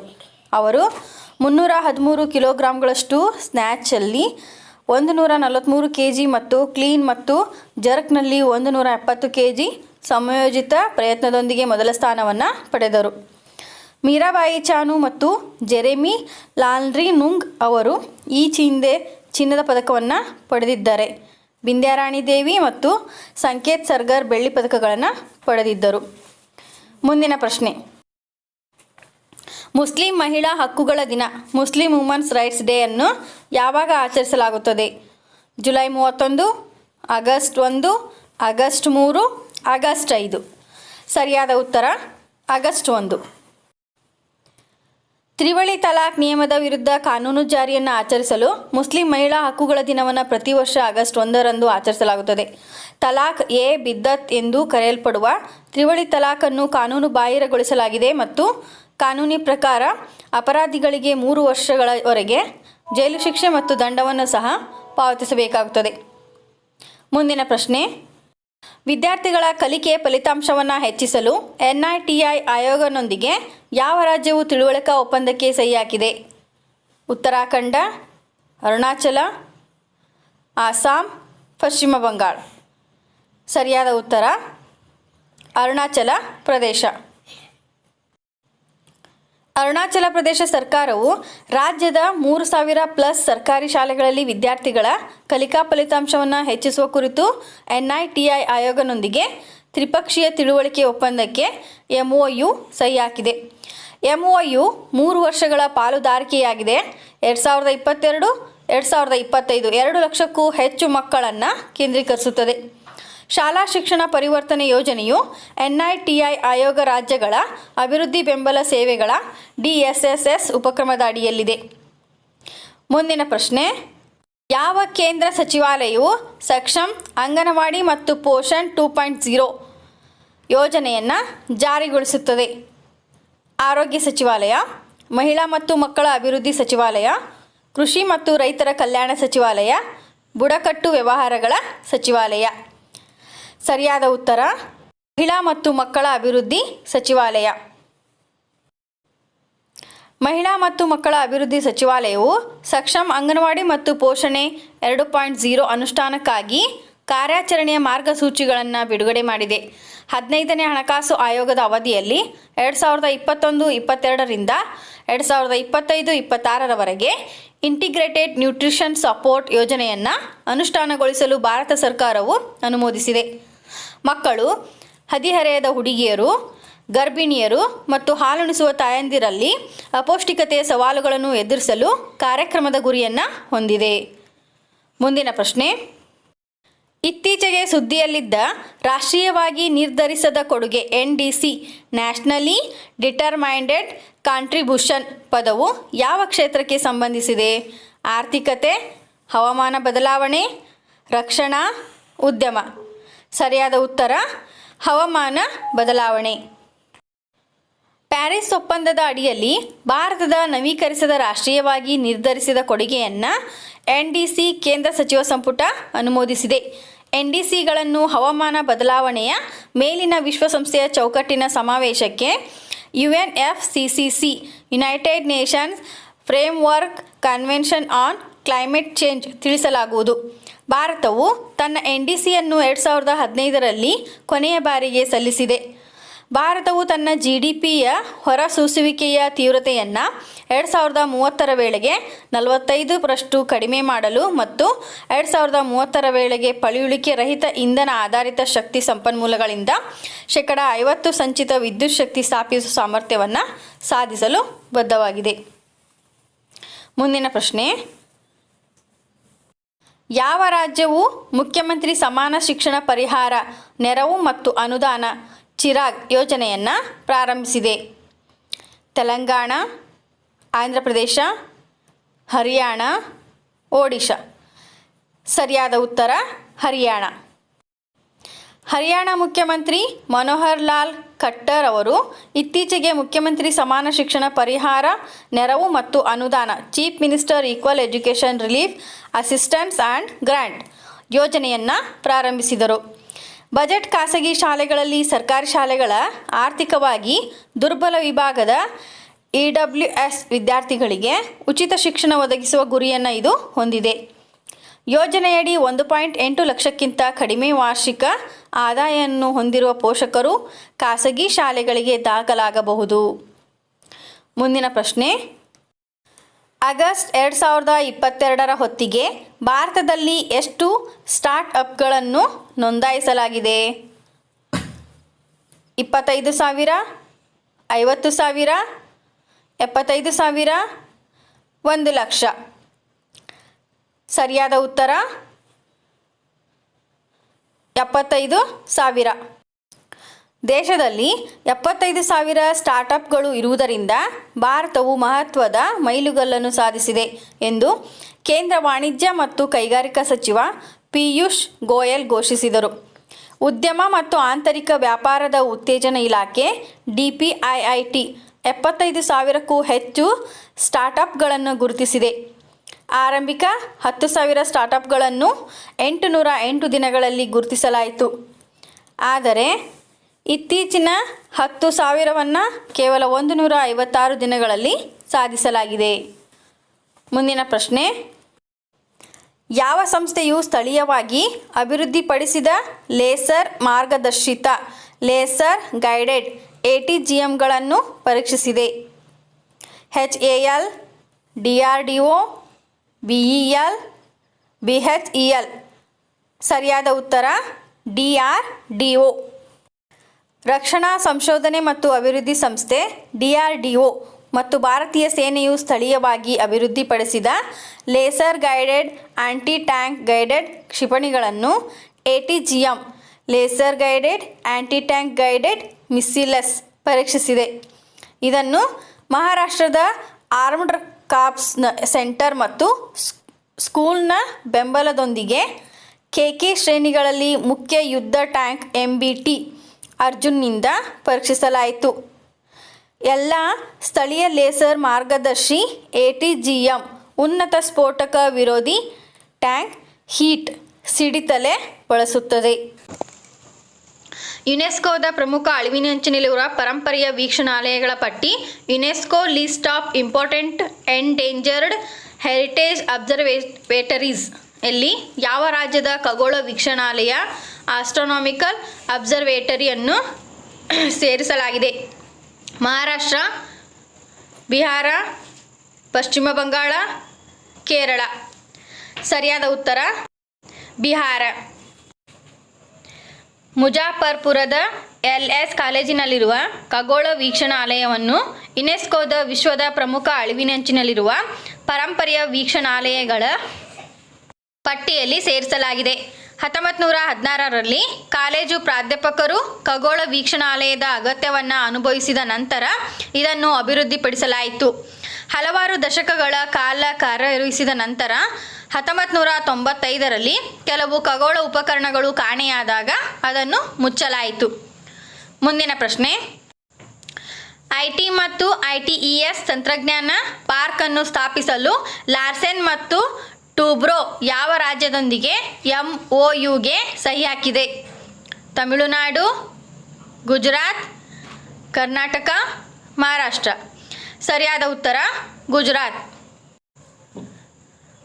ವಡೋದರಾದಲ್ಲಿ IT ಮತ್ತು IT ಶಕ್ತಗೊಂಡ ಸೇವೆ ITES ತಂತ್ರಜ್ಞಾನ ಪಾರ್ಕ್ ಅನ್ನು ಸ್ಥಾಪಿಸಲು ಲಾರ್ಸೆನ್ ಮತ್ತು ಟೂಬ್ರೋ ಗುಜರಾತ್ ರಾಜ್ಯ ಸರ್ಕಾರದೊಂದಿಗೆ MOUಗೆ ಸಹಿ ಹಾಕಿದೆ. L ಮತ್ತು T ಮುಂದಿನ 5 ವರ್ಷಗಳಲ್ಲಿ 7,000 ಕೋಟಿ ರೂಪಾಯಿಗಳ ಹೂಡಿಕೆಯೊಂದಿಗೆ ಈ IT ಪಾರ್ಕನ್ನು ಅಭಿವೃದ್ಧಿಪಡಿಸುತ್ತದೆ. ಇದು 1 ವರ್ಷದಲ್ಲಿ 2,000 ಇಂಜಿನಿಯರ್ಗಳು ಮತ್ತು ಇತರ ಹುದ್ದೆಗಳಿಗೆ ಮತ್ತು ಮುಂದಿನ 5 ವರ್ಷಗಳಲ್ಲಿ 10,000 ನೇರ ಮತ್ತು ಪರೋಕ್ಷ ಉದ್ಯೋಗಗಳನ್ನು ಒದಗಿಸುತ್ತದೆ.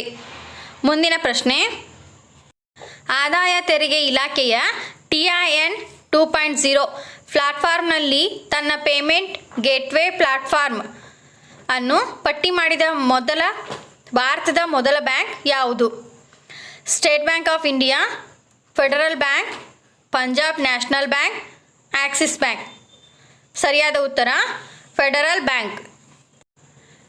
ಫೆಡರಲ್ ಬ್ಯಾಂಕ್ ಆದಾಯ ತೆರಿಗೆ ಇಲಾಖೆಯ TIN 2.0 ಪ್ಲಾಟ್ಫಾರ್ಮ್ನಲ್ಲಿ ತನ್ನ ಪಾವತಿ ಗೇಟ್ವೇ ಪ್ಲಾಟ್ಫಾರ್ಮ್ ಅನ್ನು ಪಟ್ಟಿ ಮಾಡಿದ ಭಾರತದ ಮೊದಲ ಬ್ಯಾಂಕ್ ಆಗಿದೆ.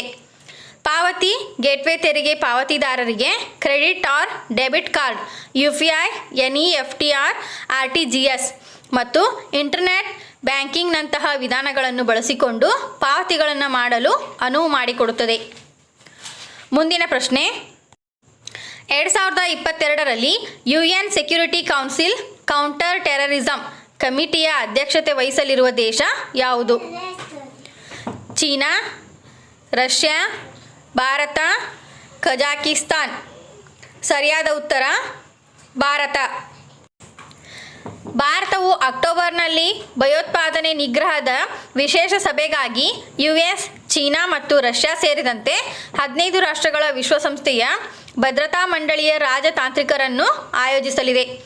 ಭಾರತವು UN ಸೆಕ್ಯುರಿಟಿ ಕೌನ್ಸಿಲ್ಗೆ 2 ವರ್ಷಗಳ ಅವಧಿಗೆ ಚುನಾಯಿತ ಕಾಯಂ ಸದಸ್ಯ ರಾಷ್ಟ್ರವಾಗಿದೆ. ಕೌನ್ಸಿಲ್ನಲ್ಲಿ ಭಾರತದ ಅಧಿಕಾರಾವಧಿಯು ಈ ವರ್ಷದ ಡಿಸೆಂಬರ್ನಲ್ಲಿ ಕೊನೆಗೊಳ್ಳಲಿದೆ.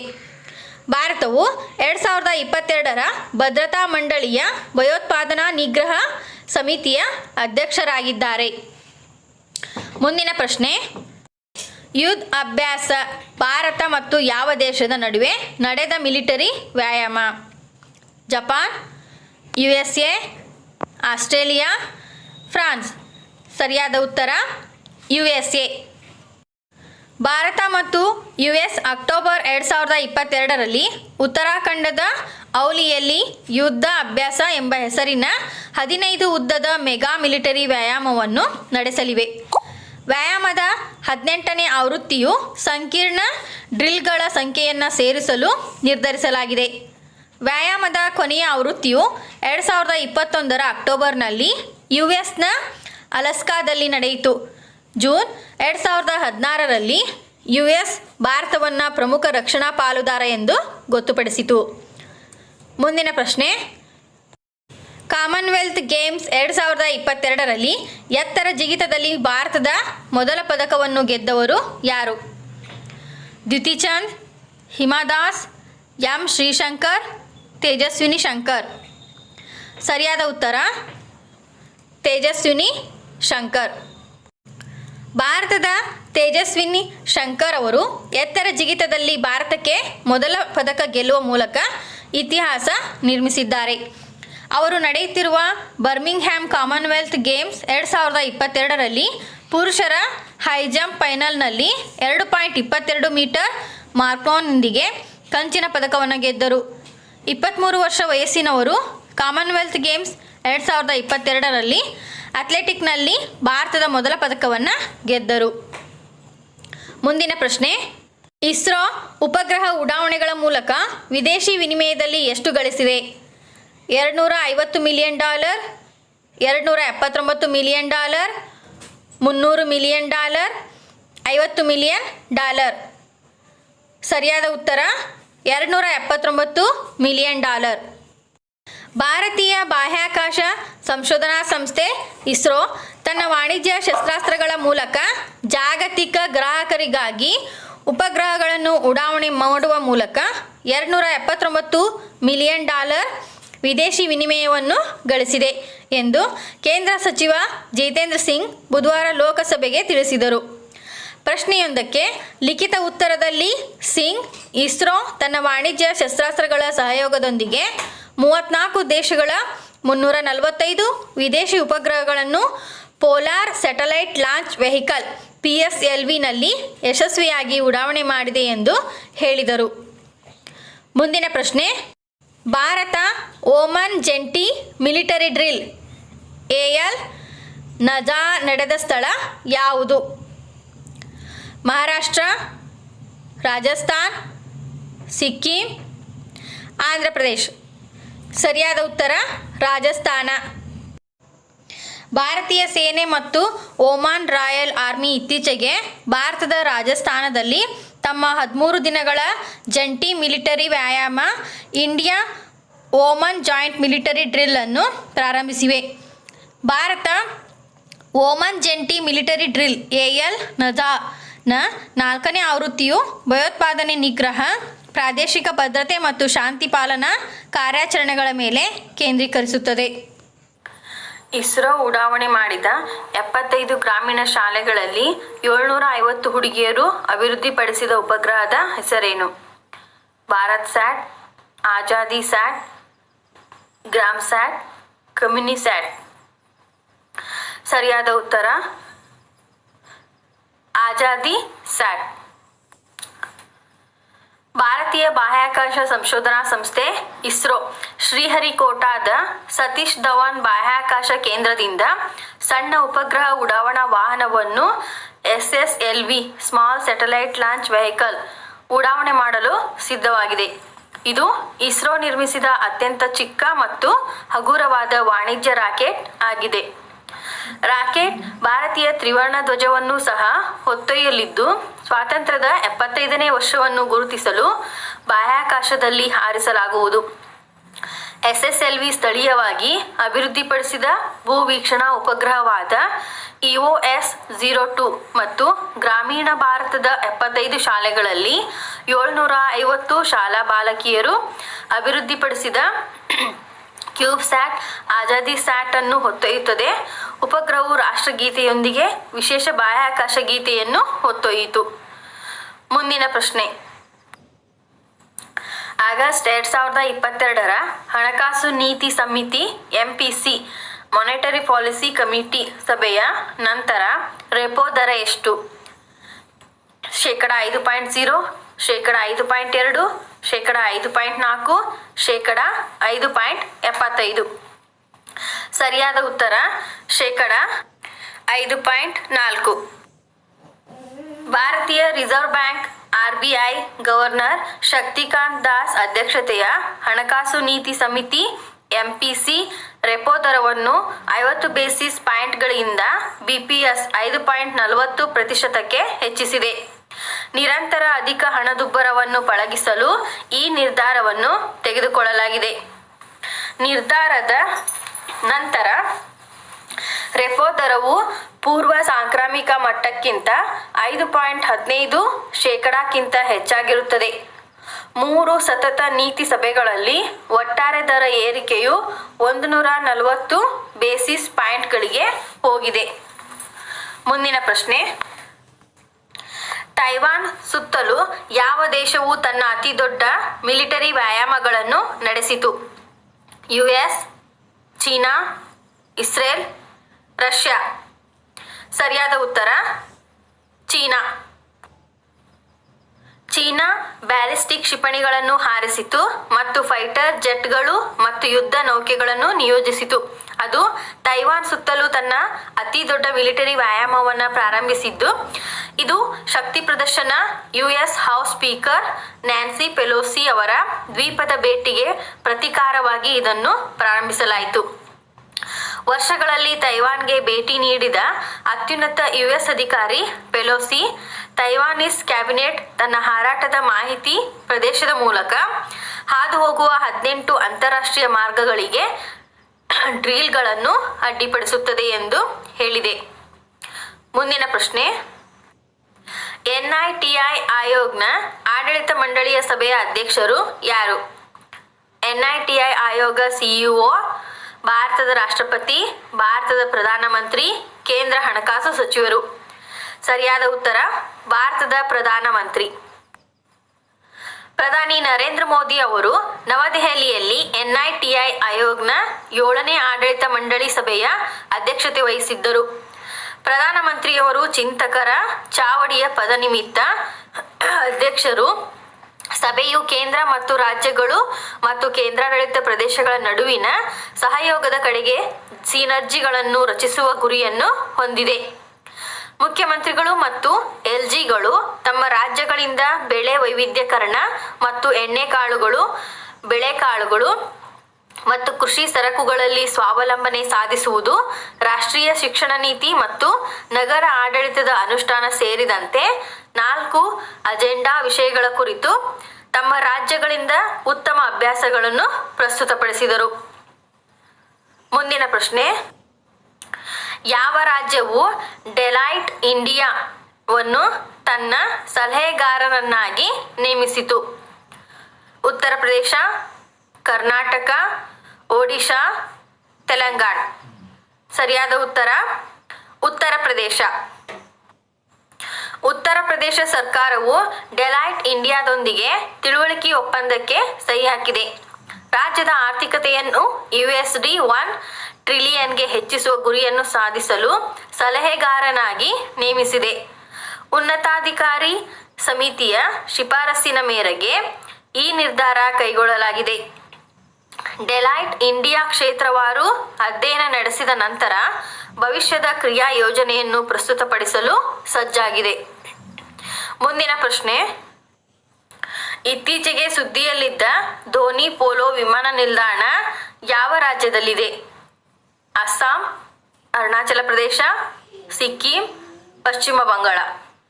ಸರಿಯಾದ ಉತ್ತರ ಅರುಣಾಚಲ ಪ್ರದೇಶ. ಅರುಣಾಚಲ ಪ್ರದೇಶದ ರಾಜ್ಯ ಸರ್ಕಾರವು ಇಟಾನಗರದಲ್ಲಿ ನಿರ್ಮಾಣ ಹಂತದಲ್ಲಿರುವ ತನ್ನ 3ನೇ ವಿಮಾನ ನಿಲ್ದಾಣಕ್ಕೆ ಧೋನಿ ಪೋಲೋ ವಿಮಾನ ನಿಲ್ದಾಣ ಎಂಬ ಹೆಸರನ್ನು ನೀಡಿದೆ. ಇದು ರಾಜಧಾನಿ ನಗರದಲ್ಲಿನ ಏಕೈಕ ವಿಮಾನ ನಿಲ್ದಾಣವಾಗಿದೆ ಮತ್ತು ಪಾಸಿಘಾಟ್ ಮತ್ತು ತೇಜು ವಿಮಾನ ನಿಲ್ದಾಣಗಳ ನಂತರ ರಾಜ್ಯದ 3ನೇ ವಿಮಾನ ನಿಲ್ದಾಣವಾಗಿದೆ. ರಾಜ್ಯದ ಬುಡಕಟ್ಟು ಭಾಷೆಯಲ್ಲಿ ಧೋನಿ ಎಂದರೆ ಸೂರ್ಯ ಮತ್ತು ಪೋಲೋ ಎಂದರೆ ಚಂದ್ರ. ಮುಂದಿನ ಪ್ರಶ್ನೆ, ಎಲ್ಲ ಅಧಿಕೃತ ಪ್ರಶಸ್ತಿಗಳ ಶಿಫಾರಸುಗಳು ಮತ್ತು ನಾಮನಿರ್ದೇಶನಗಳಿಗಾಗಿ ಸಾಮಾನ್ಯ ಪೋರ್ಟಲ್ನ ಹೆಸರೇನು? ಭಾರತ್ ಪೋರ್ಟಲ್, ರಾಷ್ಟ್ರೀಯ ಪೋರ್ಟಲ್, ಆತ್ಮನಿರ್ಭರ ಪೋರ್ಟಲ್, ಭಾರತ ಪ್ರಶಸ್ತಿಗಳ ಪೋರ್ಟಲ್. ಸರಿಯಾದ ಉತ್ತರ ರಾಷ್ಟ್ರೀಯ ಪೋರ್ಟಲ್. ಭಾರತ ಸರ್ಕಾರದ ವಿವಿಧ ಸಚಿವಾಲಯಗಳು, ಇಲಾಖೆಗಳು, ಏಜೆನ್ಸಿಗಳ ಎಲ್ಲ ಪ್ರಶಸ್ತಿಗಳನ್ನು ಒಂದೇ ಡಿಜಿಟಲ್ ಪ್ಲಾಟ್ಫಾರ್ಮ್ ಅಡಿಯಲ್ಲಿ ತರಲು ಸಾಮಾನ್ಯ ರಾಷ್ಟ್ರೀಯ ಪುರಸ್ಕಾರ ಪೋರ್ಟಲ್ ಅನ್ನು ಭಾರತ ಸರ್ಕಾರವು ಅಭಿವೃದ್ಧಿಪಡಿಸಿದೆ. ಈ ಪೋರ್ಟಲ್ ಭಾರತ ಸರ್ಕಾರದಿಂದ ಸ್ಥಾಪಿಸಲಾದ ವಿವಿಧ ಪ್ರಶಸ್ತಿಗಳಿಗೆ ವ್ಯಕ್ತಿಗಳು ಅಥವಾ ಸಂಸ್ಥೆಗಳನ್ನು ನಾಮನಿರ್ದೇಶನ ಮಾಡಲು ನಾಗರಿಕರಿಗೆ ಅನುಕೂಲ ಕಲ್ಪಿಸುವ ಗುರಿಯನ್ನು ಹೊಂದಿದೆ. ಇತ್ತೀಚೆಗೆ ಸರ್ಕಾರವು ವಯೋಶ್ರೇಷ್ಠ ಸಮ್ಮಾನ್ ಮತ್ತು ಪದ್ಮ ಪ್ರಶಸ್ತಿಗಳಿಗೆ ನಾಮನಿರ್ದೇಶನಗಳನ್ನು ಆಹ್ವಾನಿಸಿದೆ. ಮುಂದಿನ ಪ್ರಶ್ನೆ, ಭಾರತದ 14ನೇ ಉಪರಾಷ್ಟ್ರಪತಿ 14th vice president of India ಆಗಿ ಯಾರು ಆಯ್ಕೆಯಾಗಿದ್ದಾರೆ? ಜಗದೀಪ್ ಧನಕರ್, ಮಾರ್ಗರೆಟ್ ಆಳ್ವಾ, ಕಲ್ಯಾಣ್ ಸಿಂಗ್, ಶಿವರಾಜ್ ಪಾಟೀಲ್. ಸರಿಯಾದ ಉತ್ತರ ಜಗದೀಪ್ ಧನ್ಕರ್. ಜಗದೀಪ್ ಧನ್ಕರ್ ಅವರು 2022ರ ಭಾರತದ ಉಪರಾಷ್ಟ್ರಪತಿ ಚುನಾವಣೆಯನ್ನು ಗೆದ್ದಿದ್ದಾರೆ. ವಿರೋಧ ಪಕ್ಷದ ಅಭ್ಯರ್ಥಿ ಮಾರ್ಗರೆಟ್ ಆಳ್ವಾ ಅವರನ್ನು ಸೋಲಿಸಿದ್ದಾರೆ. ಧನ್ಕರ್ ಅವರು ಭಾರತದ 14ನೇ ಉಪರಾಷ್ಟ್ರಪತಿಯಾಗಲಿದ್ದು, ಪ್ರಸ್ತುತ ಉಪರಾಷ್ಟ್ರಪತಿ ಎಂ ವೆಂಕಯ್ಯ ನಾಯ್ಡು ಅವರಿಂದ ಅಧಿಕಾರ ವಹಿಸಿಕೊಳ್ಳಲಿದ್ದಾರೆ. ಜನತಾದಳ ಸರ್ಕಾರದಲ್ಲಿ ಸಂಸದೀಯ ವ್ಯವಹಾರಗಳ ರಾಜ್ಯ ಸಚಿವರಾಗಿ ಸೇವೆ ಸಲ್ಲಿಸಿದ್ದಾರೆ. ಅವರು ಜುಲೈ 2019ರಲ್ಲಿ ಪಶ್ಚಿಮ ಬಂಗಾಳದ ರಾಜ್ಯಪಾಲರಾಗಿದ್ದರು. ಯಾವ ಭಾರತೀಯ ಸಶಸ್ತ್ರ ಪಡೆ ಹಿಮ್ ಡ್ರೋನ್ ಎ ಥಾನ್ ಕಾರ್ಯಕ್ರಮವನ್ನು ಪ್ರಾರಂಭಿಸಿತು? ಭಾರತೀಯ ವಾಯುಪಡೆ, ಭಾರತೀಯ ನೌಕಾಪಡೆ, ಭಾರತೀಯ ಸೇನೆ, ಭಾರತೀಯ ಕೋಸ್ಟ್ ಗಾರ್ಡ್. ಸರಿಯಾದ ಉತ್ತರ ಭಾರತೀಯ ಸೇನೆ. ಭಾರತೀಯ ಸೇನೆಯು ಡ್ರೋನ್ ಫೆಡರೇಷನ್ ಆಫ್ ಇಂಡಿಯಾದ ಸಹಯೋಗದೊಂದಿಗೆ ಹಿಮ್ ಡ್ರೋನ್ ಎ ಥಾನ್ ಕಾರ್ಯಕ್ರಮವನ್ನು ಪ್ರಾರಂಭಿಸಿದೆ. ಕಾರ್ಯಕ್ರಮವು ಉದ್ಯಮ, ಶೈಕ್ಷಣಿಕ, ಸಾಫ್ಟ್ವೇರ್ ಡೆವಲಪರ್ಗಳು ಮತ್ತು ಡ್ರೋನ್ ಉತ್ಪನ್ನ ತಯಾರಕರು ಸೇರಿದಂತೆ ಎಲ್ಲ ಷೇರುದಾರರನ್ನು ಸಂಪರ್ಕಿಸುತ್ತದೆ. ಭಾರತದ ಡ್ರೋನ್ ಪರಿಸರ ವ್ಯವಸ್ಥೆಗೆ ಭಾರತೀಯ ಸೇನೆಯ ಬೆಂಬಲವು ಜಾಗತಿಕವಾಗಿ ಲಭ್ಯವಿರುವ ಅತ್ಯುತ್ತಮ ಬೆಸ್ಟ್ ಅವೈಲೇಬಲ್ ಗ್ಲೋಬಲಿ ಎನ್ನುವುದಕ್ಕಿಂತ ಸ್ಥಳೀಯವಾಗಿ ಲಭ್ಯವಿರುವುದು ಉತ್ತಮ ಗುಡ್ ಅವೈಲೇಬಲ್ ಇಂಡಿಜೆನಿಯಸ್ಲಿ ಎಂಬ ತತ್ವವನ್ನು ಆಧರಿಸಿದೆ. ಮುಂದಿನ ಪ್ರಶ್ನೆ, ನವದೆಹಲಿ ಅಂತಾರಾಷ್ಟ್ರೀಯ ಮಧ್ಯಸ್ಥಿಕೆ ಕೇಂದ್ರ ನ್ಯೂ ದೆಲ್ಲಿ ಇಂಟರ್ನ್ಯಾಷನಲ್ ಆರ್ಬಿಟ್ರೇಷನ್ ಸೆಂಟರ್ದ ಹೊಸ ಹೆಸರೇನು? ಭಾರತ್ ಅಂತಾರಾಷ್ಟ್ರೀಯ ಮಧ್ಯಸ್ಥಿಕೆ ಕೇಂದ್ರ, ಭಾರತ್ ಅಂತಾರಾಷ್ಟ್ರೀಯ ಮಧ್ಯಸ್ಥಿಕೆ ಕೇಂದ್ರ, ಭಾರತ ಪ್ರಧಾನಮಂತ್ರಿ ಮಧ್ಯಸ್ಥಿಕೆ ಕೇಂದ್ರ, ಆತ್ಮನಿರ್ಭರ ಮಧ್ಯಸ್ಥಿಕೆ ಕೇಂದ್ರ. ಸರಿಯಾದ ಉತ್ತರ ಭಾರತ ಅಂತಾರಾಷ್ಟ್ರೀಯ ಮಧ್ಯಸ್ಥಿಕೆ ಕೇಂದ್ರ, ಇಂಡಿಯಾ ಇಂಟರ್ನ್ಯಾಷನಲ್ ಆರ್ಬಿಟ್ರೇಷನ್ ಸೆಂಟರ್. ಕೇಂದ್ರ ಸರ್ಕಾರವು ನವದೆಹಲಿ ಅಂತಾರಾಷ್ಟ್ರೀಯ ಮಧ್ಯಸ್ಥಿಕೆ ಕೇಂದ್ರ ತಿದ್ದುಪಡಿ ಮಸೂದೆ 2022 ಲೋಕಸಭೆಯಲ್ಲಿ ಮಂಡಿಸಿತು. ಕಾನೂನು ಸಚಿವ ಕಿರೆನ್ ರಿಜಿಜು ಅವರು ಹೊಸ Delhi international arbitration centre act 2019 ತಿದ್ದುಪಡಿ ಮಾಡಲು ಮಸೂದೆಯನ್ನು ಮಂಡಿಸಿದರು. ಇದು ನಗರ ಮಟ್ಟದ ವ್ಯಾಪ್ತಿಗೆ ಬದಲಾಗಿ ವಿಶಾಲವಾದ ದೇಶದ ಮಟ್ಟದ ವ್ಯಾಪ್ತಿಯನ್ನು ನೀಡಲು ಕೇಂದ್ರವನ್ನು ಇಂಡಿಯಾ ಇಂಟರ್ನ್ಯಾಷನಲ್ ಆರ್ಬಿಟ್ರೇಷನ್ ಸೆಂಟರ್ ಎಂದು ಮರುನಾಮಕರಣ ಮಾಡಲು ಪ್ರಯತ್ನಿಸುತ್ತದೆ. ಮುಂದಿನ ಪ್ರಶ್ನೆ, ಇತ್ತೀಚೆಗೆ ಸುದ್ದಿಯಲ್ಲಿದ್ದ ವಿ ಪ್ರಣವ್ ಯಾವ ಕ್ರೀಡೆಗೆ ಸಂಬಂಧಿಸಿದವರು? ಶೂಟಿಂಗ್, ಚೆಸ್, ಭಾರ ಎತ್ತುವಿಕೆ, ಅಥ್ಲೆಟಿಕ್ಸ್. ಸರಿಯಾದ ಉತ್ತರ ಚೆಸ್. ಚೆನ್ನೈ ಮೂಲದ ಚೆಸ್ ಆಟಗಾರ ವಿ ಪ್ರಣವ್ ರೊಮೇನಿಯಾದಲ್ಲಿ ಪಂದ್ಯಾವಳಿಯನ್ನು ಗೆಲ್ಲುವ ಮೂಲಕ ಭಾರತದ 75ನೇ ಗ್ರ್ಯಾಂಡ್ ಮಾಸ್ಟರ್ ಆದರು. 15 ವರ್ಷದ ಆಟಗಾರ ರೊಮೇನಿಯಾದ ಬಯ್ಯಾಮೆರ್ನಲ್ಲಿ ನಡೆದ ಲಿಂಪಿಡಿಯಾ ಓಪನ್ನಲ್ಲಿ ತನ್ನ 3ನೇ ಮತ್ತು ಅಂತಿಮ GM ನಾರ್ಮ್ ಅನ್ನು ಪಡೆಯಲು ಮತ್ತು ಗ್ರ್ಯಾಂಡ್ ಮಾಸ್ಟರ್ ಪ್ರಶಸ್ತಿಯನ್ನು ಗಳಿಸಲು ಗೆದ್ದರು. ಅವರು 9 ಸುತ್ತುಗಳಿಂದ 7 ಅಂಕಗಳೊಂದಿಗೆ ಪಂದ್ಯಾವಳಿಯನ್ನು ಪೂರ್ಣಗೊಳಿಸಿದರು. ಪ್ರಣವ್ ತಮಿಳುನಾಡು ರಾಜ್ಯದ 27ನೇ ಗ್ರ್ಯಾಂಡ್ ಮಾಸ್ಟರ್. ಮುಂದಿನ ಪ್ರಶ್ನೆ, ವಿಶ್ವದ ಅತಿ ಎತ್ತರದ ರೈಲ್ವೆ ಸೇತುವೆ the world's highest railways bridge ಯು ಭಾರತದ ಯಾವ ರಾಜ್ಯದಲ್ಲಿದೆ? ಸಿಕ್ಕಿಂ, ಜಮ್ಮು ಮತ್ತು ಕಾಶ್ಮೀರ, ಅರುಣಾಚಲ ಪ್ರದೇಶ, ಅಸ್ಸಾಂ. ಸರಿಯಾದ ಉತ್ತರ ಜಮ್ಮು ಮತ್ತು ಕಾಶ್ಮೀರ. ಚೆನಾಬ್ ಸೇತುವೆಯು ವಿಶ್ವದ ಅತಿ ಎತ್ತರದ ರೈಲ್ವೆ ಸೇತುವೆಯಾಗಿ ಇದು ಜಮ್ಮು ಮತ್ತು ಕಾಶ್ಮೀರದಲ್ಲಿದೆ.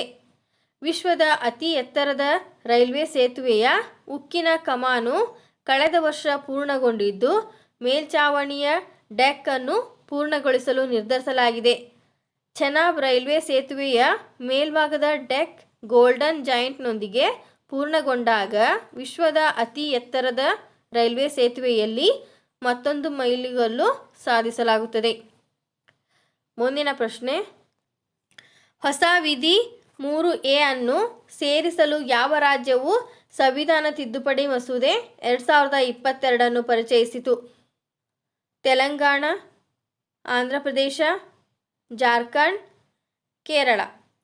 ಸರಿಯಾದ ಉತ್ತರ ಆಂಧ್ರ ಪ್ರದೇಶ. YSRCPಯ ರಾಜ್ಯಸಭಾ ಸಂಸದರೊಬ್ಬರು ಹೊಸ ವಿಧಿ 3A ಅನ್ನು ಸೇರಿಸಲು ಸಂವಿಧಾನ ತಿದ್ದುಪಡಿ ಮಸೂದೆ 2022 ಪರಿಚಯಿಸಿದರು. ಇದು ರಾಜ್ಯ ಶಾಸಕಾಂಗಗಳಿಗೆ ತಮ್ಮ ಪ್ರದೇಶದೊಳಗೆ ಒಂದು ಅಥವಾ ಹೆಚ್ಚಿನ ರಾಜಧಾನಿಗಳನ್ನು ಸ್ಥಾಪಿಸಲು ಸ್ಪಷ್ಟವಾದ ಶಾಸಕಾಂಗ ಸಾಮರ್ಥ್ಯವನ್ನು ಒದಗಿಸಲು ಪ್ರಯತ್ನಿಸುತ್ತದೆ. ಆಂಧ್ರ ಪ್ರದೇಶಕ್ಕೆ 3 ರಾಜಧಾನಿಗಳನ್ನು ಅಭಿವೃದ್ಧಿಪಡಿಸುವ ಯೋಜನೆಯನ್ನು ರಾಜ್ಯ ಸರ್ಕಾರ ಹೊಂದಿತ್ತು. ಮುಂದಿನ ಪ್ರಶ್ನೆ, ONDC open network for digital ಕಾಮರ್ಸ್ಗೆ ಸೇರುವ ಮೊದಲ ಜಾಗತಿಕ ಬಿಗ್ ಟೆಕ್ ಕಂಪನಿ ಯಾವುದು? Google, Microsoft, Meta, Apple. ಸರಿಯಾದ ಉತ್ತರ ಮೈಕ್ರೋಸಾಫ್ಟ್. ಮೈಕ್ರೋಸಾಫ್ಟ್ ಡಿಜಿಟಲ್ ವಾಣಿಜ್ಯಕ್ಕಾಗಿ ಓಪನ್ ನೆಟ್ವರ್ಕ್ ONDCಗೆ ಸೇರುವ ಮೊದಲ ಜಾಗತಿಕ ಬಿಗ್ ಟೆಕ್ ಕಂಪನಿಯಾಗಿದೆ. ONDC ಡಿಜಿಟಲ್ ವಾಣಿಜ್ಯಕ್ಕಾಗಿ ಮೊದಲ ರೀತಿಯ ಮುಕ್ತ ನೆಟ್ವರ್ಕ್ ಅನ್ನು ಅಭಿವೃದ್ಧಿಪಡಿಸುವ ಭಾರತೀಯ ಸರ್ಕಾರದ ಉಪಕ್ರಮವಾಗಿದೆ. ಮೈಕ್ರೋಸಾಫ್ಟ್ ಶೀಘ್ರದಲ್ಲೇ ಭಾರತೀಯ ಮಾರುಕಟ್ಟೆಯಲ್ಲಿ ತನ್ನ ಅಪ್ಲಿಕೇಶನ್ ಮೂಲಕ ಸಾಮಾಜಿಕ ಇ-ಕಾಮರ್ಸ್ ಅನ್ನು ಪರಿಚಯಿಸಲು ಯೋಜಿಸಿದೆ. ಮುಂದಿನ ಪ್ರಶ್ನೆ, ಇತ್ತೀಚೆಗೆ ಸುದ್ದಿಯಲ್ಲಿದ್ದ ಮನಿಷಾ ಕಲ್ಯಾಣ್ ಯಾವ ಕ್ರೀಡೆಗೆ ಸಂಬಂಧಿಸಿದವರು? ಕ್ರಿಕೆಟ್, ಫುಟ್ಬಾಲ್, ಬಾಕ್ಸಿಂಗ್, ಭಾರ ಎತ್ತುವಿಕೆ. ಸರಿಯಾದ ಉತ್ತರ ಫುಟ್ಬಾಲ್. ಮನಿಷಾ ಕಲ್ಯಾಣ್ ಮತ್ತು ಸುನೀಲ್ ಚೆಟ್ರಿ ಅವರನ್ನು ಕ್ರಮವಾಗಿ ವರ್ಷದ AIFF ಮಹಿಳಾ ಮತ್ತು ಪುರುಷರ ಫುಟ್ಬಾಲ್ ಆಟಗಾರ ಎಂದು ಹೆಸರಿಸಲಾಯಿತು. ರಾಷ್ಟ್ರೀಯ ನಾಯಕ ಸುನೀಲ್ ಚೆಟ್ರಿ ಸಕ್ರಿಯ ಅಂತಾರಾಷ್ಟ್ರೀಯ ಆಟಗಾರ ಪೈಕಿ 3ನೇ ಅತಿ ಹೆಚ್ಚು ಗೋಲು ಗಳಿಸಿದ ಆಟಗಾರರಾಗಿದ್ದು, ಮೊದಲ ಬಾರಿಗೆ 7ನೇ ಬಾರಿಗೆ ಹೆಸರಲ್ಪಟ್ಟರು. ಮನಿಷಾ ಕಳೆದ ಋತುವಿನಲ್ಲಿ ವರ್ಷದ ಮಹಿಳಾ ಉದಯೋನ್ಮುಖ ಫುಟ್ಬಾಲ್ ಆಟಗಾರ್ತಿ ಪ್ರಶಸ್ತಿಯನ್ನು ಗೆದ್ದಿದ್ದರು. ಮುಂದಿನ ಪ್ರಶ್ನೆ, ರಾಜ್ಯ ಹಾಗೂ ಕೇಂದ್ರ ಸರ್ಕಾರದ ಎಲ್ಲ ನೇಮಕಾತಿಗಳಿಗಾಗಿ ಪ್ರಚಲಿತ ಘಟನೆಗಳ ಮಾಹಿತಿಗೆ ನಮ್ಮ ಯೂಟ್ಯೂಬ್ ಚಾನಲ್ಗೆ ಸಬ್ಸ್ಕ್ರೈಬ್ ಆಗಿ.